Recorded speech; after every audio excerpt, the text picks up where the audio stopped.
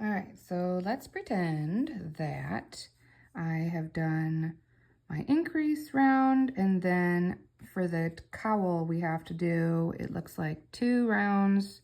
I'm like, it looks like, even though I made this. But yeah, 2 knitted rounds of your main color, which I don't know, I think should be red, but if you wanted to do a different darker color, or if you wanted to do a lighter color, and then you just have to, when you see the gray or the black on the pattern, you just have to remember to switch it.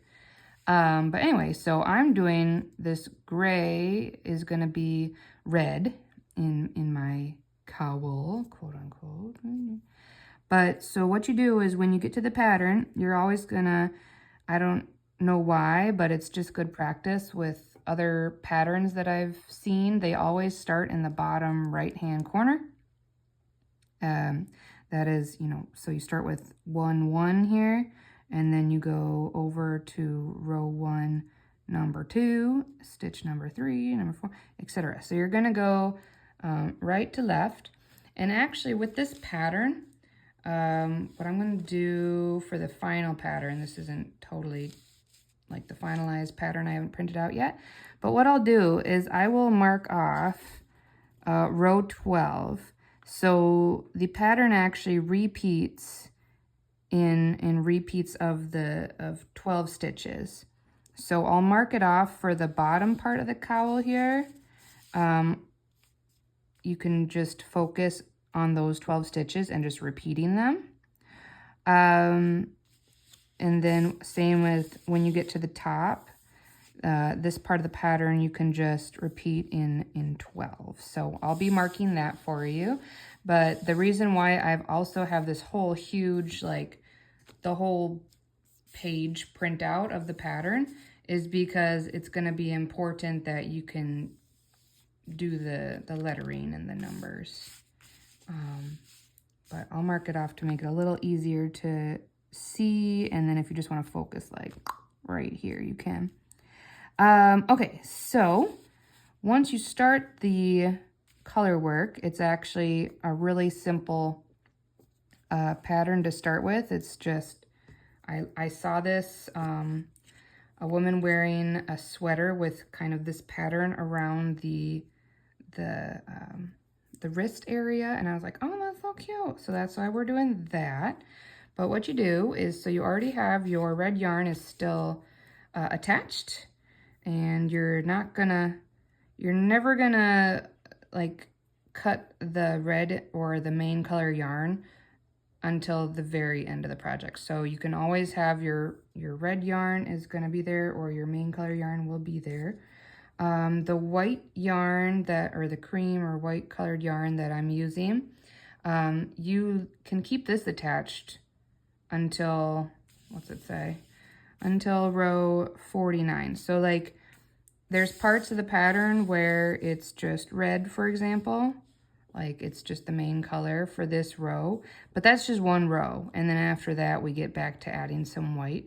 So you can just keep it unbroken, if that makes sense to you. Hopefully it does, but yeah, you don't have to break it. So what I'm gonna do is, this is how I hold my yarn. People don't always do it the same way.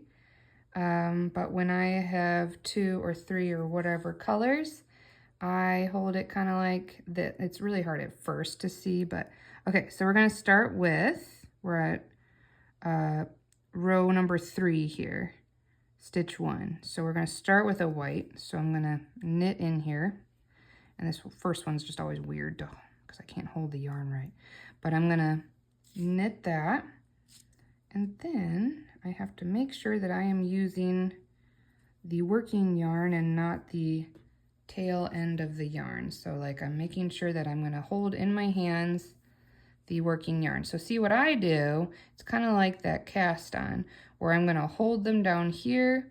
I'm gonna stick my, I'm not gonna do this whole thing, but I'm gonna hold them down here with my, what's that, ring finger, and then I'm going to wrap them around my main finger, kind of like I normally do it with just one, but now I have 2.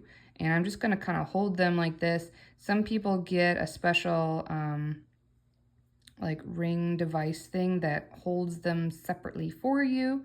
But I feel like with 2 colors, it's fairly doable to just hold them apart like this. If they ever get too close, you just move them on your finger.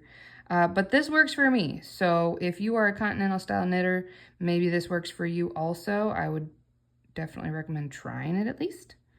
And then all you'll have to do is you'll knit the colors based on the pattern. So this one starts out with 3 rows, literally just 3 rows of white, red, white, red, white, red the whole way. So I'll do that for a little bit here. White, red, and this is how I love to do it. You're just keeping it kind of loosey-goosey here, not too tight. If you are already a tight knitter, I would recommend changing to a size 8 or 9 needle, honestly, to do color work. Just because if you're holding them too tight, and if you can't seem to stop holding them too tight,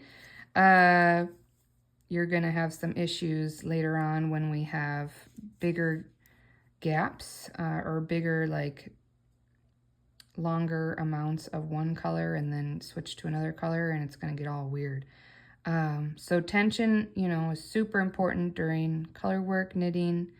I've figured it out how it works for me to hold the yarn, and then how to, as I go, I kind of gently keep I pull on the yarn a little bit also as we go, and that way I can just make sure that, like I do this a lot, where I'm kind of pulling it a little bit and just making sure that it's flat as I go along, and that really helps me keep it fairly flat and steady on, mate, you know. So yeah, so that's the beginning. I don't want to show you the whole thing because that's boring as heck. I've seen people who are good and adept at English style. I've seen them hold one color, you know, like maybe I would hold my red color over here, and then what they do that I certainly don't know how to do, but they would hold their other color over here, and see, I don't even know how to like hold the tension there. But so for example, you know, this one, I'm going in here, and then they would, you know, do their stitch over here, woohoo, and then they would do their red over here, yay. And so each time for me is like, what am I doing? I'm just not, my fingers just don't really do it. But if this sort of style would work for you, oops, go for it. It just makes me super slow like a turtle, and I don't like being super slow like a turtle. So for me personally, I am gonna keep them both in my left hand. That just works for me.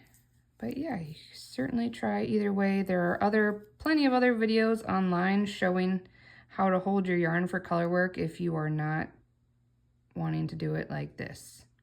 But this is just what works best for me, and I do recommend you try it if this is one of your first times doing color work knitting.